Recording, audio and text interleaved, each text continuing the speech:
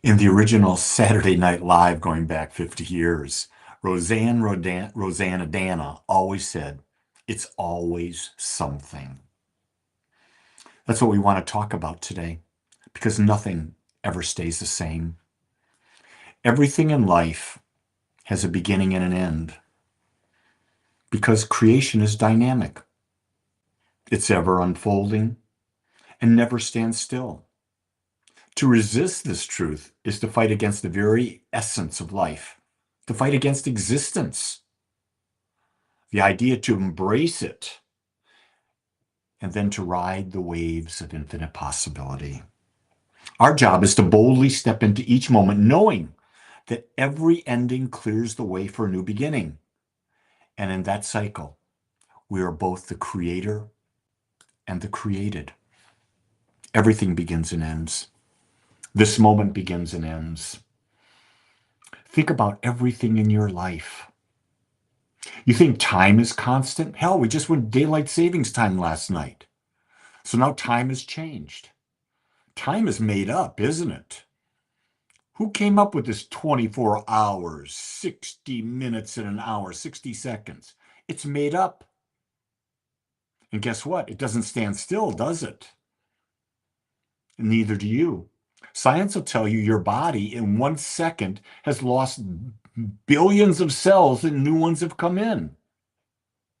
So what you think is your body, you think your body's the same. It's not the same. It's constantly evolving. It's constantly changing. Relationships, they're never going to be the same from one day to the other. To hope that your partner does exactly what they did the day before, man, that's going to cause you a lot of pain and a lot of suffering because that hope is based on illusion. Maybe not even illusion. Delusion might be the better word for that. You know, we take for granted so much. One day we're healthy, the next day we may not be. One day someone may be in our life, the next day they may be gone. I know several people right now that are in situations where a loved one, a dear, dear, close loved one, has left their lives and they didn't think it was going to happen. I know for me, I lost my prayer partner 2.5 years ago, Marcia. I had no idea she was even ill. And I got this call saying, Marcia died. I went, what? What? I sit back and I say, I wish for the way it was. But you know what? It can't be the way it was. It's not meant to be the way it was. What I know about death is that it's natural. You, I, everybody, we have a beginning and we have an end. Just like every moment has a beginning and an end.